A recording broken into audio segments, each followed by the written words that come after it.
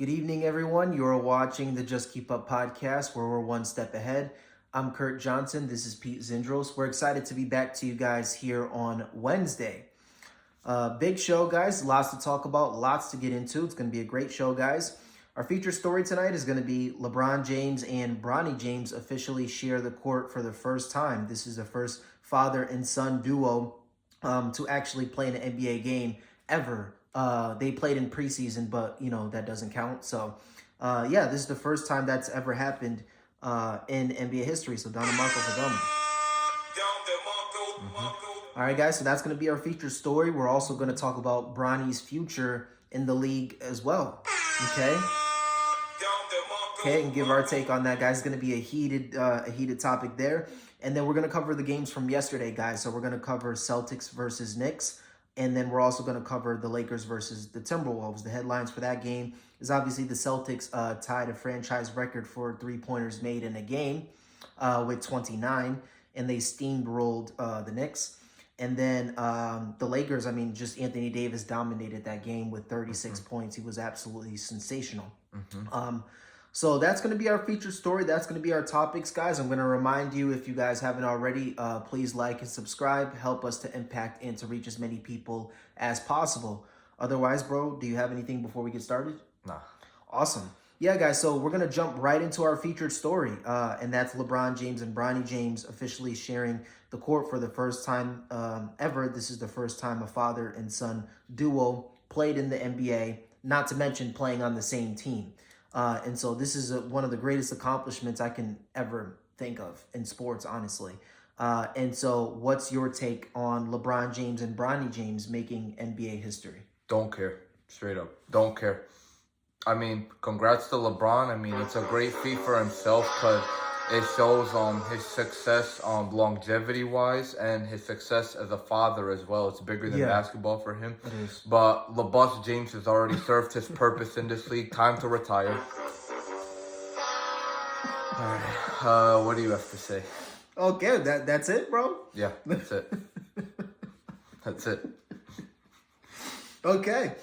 So my take on it is I think this is a big deal, bro. I think, for one, this is a big deal because this right here, I feel, solidifies in a lot of people's eyes LeBron James being the GOAT.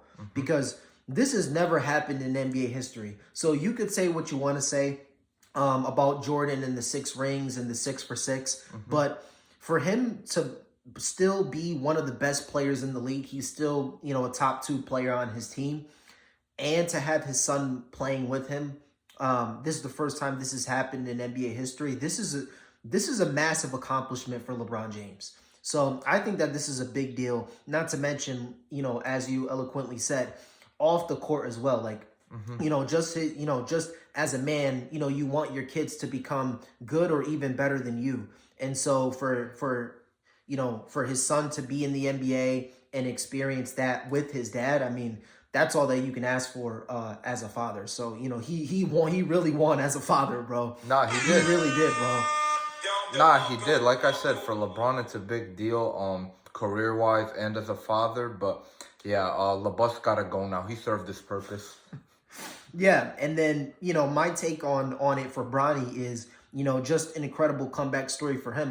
To suffer the cardiac arrest that he did last year, we didn't know if he was even alive, first of all. Then we knew that. We didn't know how long it would take for him to get back on the court. He did that. We didn't know if his NBA dreams were shattered, and he did that. And we knew he was making the league just because of his name. It didn't freaking matter what Well, he did. bro, like if he had like heart problems and he can't finish the game or he can't really play anymore, that really does impact his ability. But he showed in college that, I could still play, I could run, I have no problems, breathing, playing hard on defense. These are the signs that, we all were looking for in terms of like, is he still the same guy? Is he even going to get through a game without passing out again? And so just that alone is a fantastic story as well. Like, for him to suffer a cardiac arrest on the court and then for him to come back and make the league. The ball's in his court now, bro. He has all the weapons in the world. He has a great coach that wants to develop him. He's on the same team as his father. He has everything pointed in his direction. And so he has to use this momentum to develop and to prove that he's a guy that belongs in this league. And so I think, it's a great story for the both of them. And I think it's a great opportunity for Bronny James to show that he belongs. Okay. Well, he does not belong. He should retire. He fulfilled his purpose already. Bye-bye, Bronny. Bro, why do you hate Bronny, bro? Because he's not good. He had the easiest life ever. He made the NBA just because his name's LeBron. Like, the guy is clearly not an NBA level player. Well, he's not an NBA star. No, he's not even an NBA level player. Like, literally, he can't he's be. not. So you're telling me in 2 to 3 years he can't develop to be a good role player? No, I do not see it at all. I mean, the guy's best attribute is defense, and he's 6'1". I mean, he's just not good. He's not. I mean, bro, in college, this guy averaged 4, 2, and 2 on 36, 26 shooting splits, and he's supposed to be a 3-and-D player. Like, bro, he shot 26% from 3 at the college level. That's not even NBA. We've seen what he's done in the NBA so far. I mean, the one game in preseason where he supposedly did something. He had 17 points, bro. That was the most points a second rounder has ever scored in like 30 years. He took 17 shots to get it, and it took him 30-plus minutes of playing time to do this. And mind you, with him playing that much, they scored 74 total points on the game and lost by 58. Like if he's going to have to play 30-plus minutes just to score as many points as shots taken just for them to get demolished, that's not an NBA player. Like, he's just not good. Well, does context matter, though? Because bro, I used all the context. No, because the Lakers didn't even play Dalton Connect. Like their best rookie. That's the level of talent they went out with. This is the reason why LaBust even played, because everybody else didn't play, so they put him on the court, and he clearly just showed that he clearly proved why he doesn't belong on the court. That's why he played, because nobody else was. Bro, you're looking at it as like Bronny is going to lead them in scoring and do all these amazing things. He's not that player, bro. He could play with LeBron and Anthony Davis and Austin Reeves, or he could play with the guy that they signed to a 2-way contract and Jackson Hayes and a bunch of scrubs. And they should play those guys. Right, but what I'm saying is he's going to be the same exact player because his game isn't dictated on like scoring or having the ball or doing that. He's a role player, bro. Like, that's never going to change no matter what talent he plays with. He's just not a ball dominant type of player. He's a guy where, if given the opportunity, he'll take the wide open shot. Shoot it at worse than 26% if you translate it to NBA 3, and get cooked as a 6'1" defender. Well, I mean, I can't recall a time that he got cooked. I mean, he plays pretty great defense when I watch him, and I watched all the preseason games and the 3 minutes of action that he had. He was never getting cooked on defense. He wasn't even really getting hunted at all. So, it's very clear, bro. He's a good defender. He tries on defense, and it's just a matter of him getting comfortable and feeling comfortable. But he can definitely, you even see clips of him in practice. He could shoot the ball. It's about confidence, and it's about translating it in the NBA. But that's why he's in the player development program, and that's why no one's saying he's ready now. But in 2 to 3 years, JJ believes it. The Lakers believe it. No, they don't. They said that they do. Bro, this has nothing to do with LeBron. Bro, of course they're gonna say that, bro. What are they gonna do? Tell the guy you're only here because of your daddy? They're not gonna say that, bro. Like, that's why they took him. JJ Redick literally said that he's not here because of his dad. Bronny's earned this. Bro, that's what JJ said. JJ said Bronny's earned this. Just the fact that JJ has to say that shows you he does not deserve it. If he truly deserved it, he wouldn't have to say it. But the fact that he's saying it clearly proves that he doesn't deserve it. Well, he was asked the question. He was asked, "Is Bronny here because of LeBron or like?" And obviously that's not true, because even like JJ eloquently said, the Warriors were going to take LeBron, or the Warriors were going to take Bronny. To lure LeBron, that's why. But they were just like, you know what? Nah. How is he going to lure LeBron when he just signed a contract? No, LeBron signed the contract after they drafted him. Like, bro, LeBron was literally willing to follow Bronny anywhere. He already made that publicly known. But, the Warriors were probably just like, you know what? Like, let's just let the Lakers have him. We'll let LeBron do his thing over there. Like, it's all good. They said it. They said just out of respect for LeBron, they passed up on Bronny. They did, but they did want to get him, though. But they said out of respect for LeBron, but we do want him. They wanted to pick him specifically just to lure LeBron. It had nothing to do with Bronny. So if they wanted to pick him to lure LeBron, why would they then say, okay, instead we're gonna not draft him out of respect for LeBron? How does that make sense? So they were gonna lure him to get LeBron, and then they said, no, out of respect for LeBron, we won't draft him. That makes no sense. They were interested in him, but because they thought about it and they're like, bro, you know what? Out of respect for LeBron, man, let him take his son. We'll get somebody else.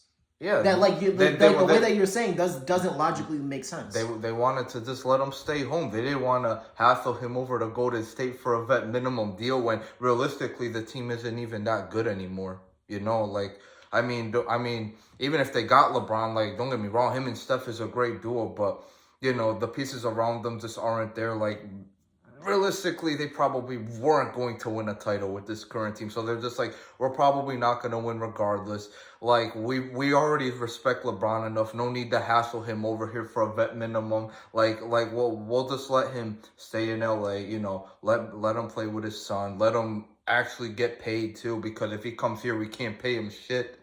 Okay, so I want to move on, but give the people your last take on the future story of LeBron and Bronny playing together. Is it impressive or is it not? It's impressive for LeBron. Yeah, congrats to him. It's an amazing accomplishment as a player and as a father. But yeah, Bronny already served his purpose. He gotta go. Okay, and then yeah, my final take on it is obviously this is one of the greatest accomplishments in NBA history for LeBron James, so good for him. And then for Bronny, like I said, it's a great story for him also to suffer the cardiac arrest, to not know if he's ever going to play basketball again at an elite level, to then go through college, to then get drafted and have an opportunity to be in the Lakers player development program and have a chance to be a good role player. I think that's a very iconic story for the both of them. So congratulations to them. One more Don DeMarco for LeBron James. Maybe Pete won't say a Don DeMarco for Bronny, but at least one for LeBron. Good for him.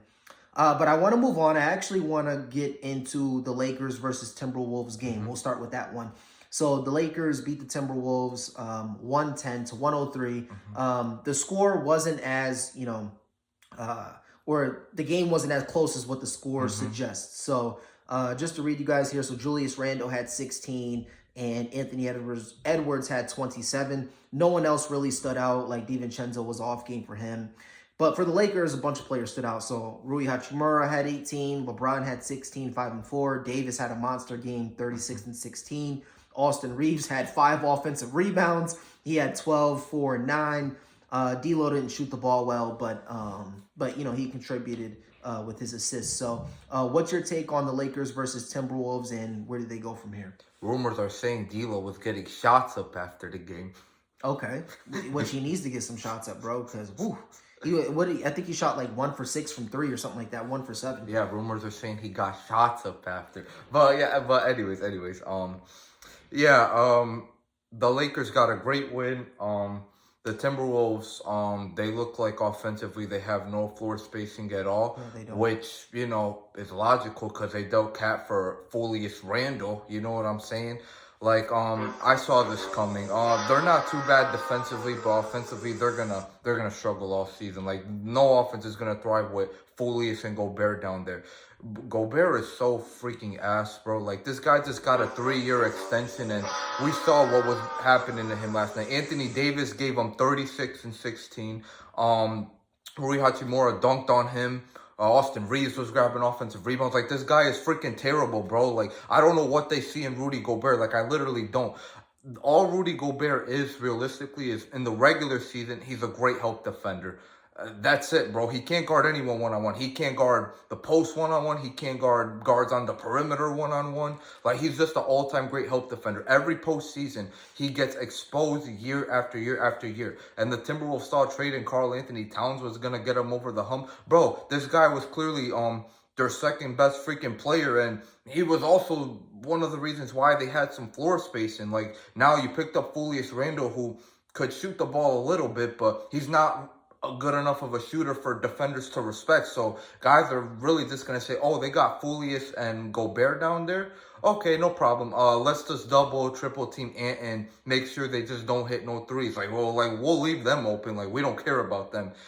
Yeah, I mean... Yeah, not to mention Mike Conley's 37 years old, and, he's a good shooter, but, he's getting up there in age and not really a respectable player anymore. And then, Jaden McDaniels, he's a great defender, but he's going to exert so much energy on defense that, that's not going to, replicate on offense. And so, now you're dealing with old Mike Conley, Jaden McDaniels, which he doesn't want to shoot the ball. He'll shoot it if he's wide open, but he don't want to shoot it. and then you obviously have Ant, but then it's kind of bonkers from there. So Yeah, I mean, I'm gonna be honest. I think the Timberwolves are still a playoff team, but I don't see them making a run. Like, I think they're gonna probably lose in the first round, maybe the second round, depending on who they match up with in round one. But I don't see them going any further than there. Like, if you ask me, teams that I think for sure could beat them in a series this year, definitely the Thunder, who's my Western Conference favorite.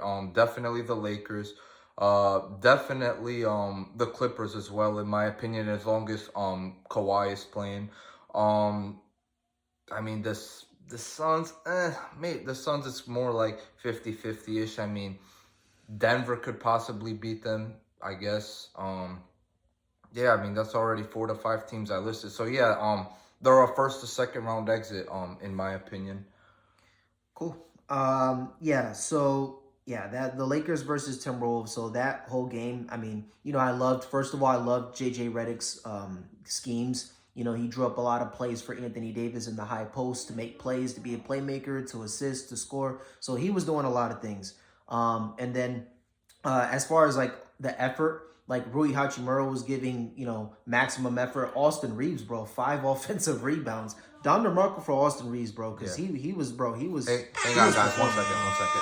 bro. 1 second. Austin Reeves was performing, yeah. So, yeah, credit to Austin Reeves. And then as far as everything else, man, like, the Lakers showed that they can play at an elite level against, I mean, arguably one of the best defensive teams in football, guys. So that was an amazing performance, I think, for the Lakers' part. And then as far as the Timberwolves go, I mean, yeah, they have major issues on offense. Like they just can't score the basketball. Rudy Gobert, they can't give it to him. Mike Conley is old and slow. Julius Randle doesn't know what he wants to do with the basketball, which he never knows what he wants to do with the basketball. So that's not anything new. And so what they thought that they were going to get was the same level of offense. I don't know why they thought that, with better defense, because Julius Randle was a slightly better defender, which I don't even know that's the case. Because the scouting report was to attack Julius Randle because he doesn't play defense. But anyways, so yeah, the Timberwolves have major issues. They're gonna have to do something to as far as spacing, whether it's take Mike Conley out and put in Dante DiVincenzo, or they're gonna have to do something. Like, you have to start Jaden McDaniels and Anthony Davis. And I know you don't want to bench Julius Randle or Gobert, but in 2024, that lineup is not going to work, bro. Two guys who you don't respect at all to shoot the basketball, like, that lineup's just not going to work, bro. There's zero floor spacing. They're good defenders, but again, what does that matter if you can't score? So some of those possessions looked really rough for the Wolves, so they have issues. But again, I liked what I saw from the Lakers. Everybody competed at a high level. I was really impressed with Austin Reeves. I was really impressed with Rui Hachimura, and obviously impressed with the dominant performance from Anthony Davis. But I want to move on. We're creeping up on time here. I want to get to our last game, which was the Celtics versus the Knicks. So the Celtics ended up going off on the Knicks, tying a franchise record for three-pointers made in a game. And they absolutely demolished the Knicks 132 to 109. As far as the Knicks go, I mean, it was an all-around effort, but again, you really can't judge the stats because they were getting the break speed off of them very early. So, people were just throwing up shots. And then as far as the Celtics go, obviously it was Jason Tatum with 37 points. And then Jaylen Brown and Derek White, they do what they do. So what's your take on that Celtics and Knicks game? Yeah, I mean the Celtics pretty much had them by the throat, start to finish. I mean they couldn't miss a freaking shot. The Celtics pretty much, Jason Tatum was pretty much dominating the whole night, and the shooters were just hitting literally everything. Like, they were looking like prime Golden State. I mean they hit 29 threes. They actually missed 12 straight threes at the end of the game, where they could have set the record for 33s. The guys, probably had their anxiety up, couldn't make it. But regardless, great game, great win. Jason Tatum played a great game. As far as the Knicks go, I mean, offensively, they weren't too bad. Their problem was really that they couldn't stop anyone. And I mean, Boston just kept getting open.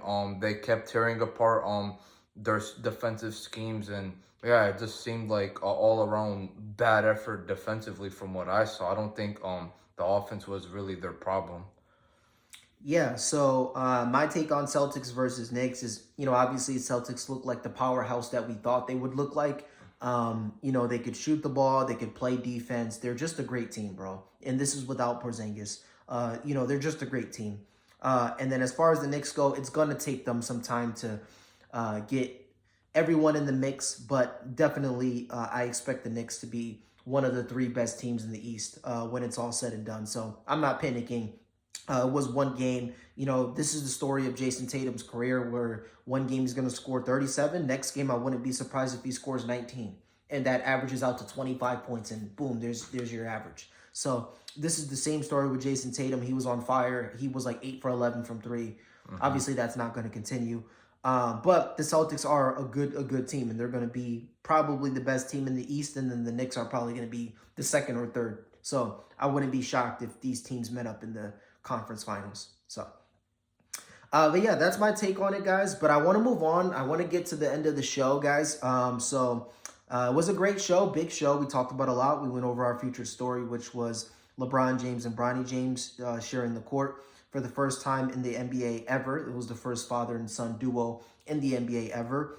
We went over a little bit of Bronny James's future and our take on that. And then we covered the Lakers versus Timberwolves and the Celtics versus the Knicks. Okay, so yeah, guys, so I want to end the show there. It was a great show. I want to remind you guys, if you haven't already, to like and subscribe, get us to impact and to reach as many people as possible. Other than that, guys, we'll be back to you guys on Friday with a big show, guys. We're going to cover the National Football League and some pretty big stories happened in football, bro. So we're going to have a lot to bring to you guys on Friday. I also want to mention one more thing, guys. Right after this, guys, we're going to be going over to Rumble to discuss the greatest president of all time, JFK. Okay, guys, we're going to go over JFK. We're going to go over what actually happened. Was it Oswald that shot him? Who shot him? Was it the CIA? Who was it, and what happened? And so we're going to discuss that, guys. So it's going to be a big show on Rumble, guys. So definitely check us out there, bro. Do you have anything before we end the show, bro? Nah, just go check us out there. All right, guys. We'll see you guys. We'll be back to you guys on Friday. Yeah, Friday. All right, guys. Peace.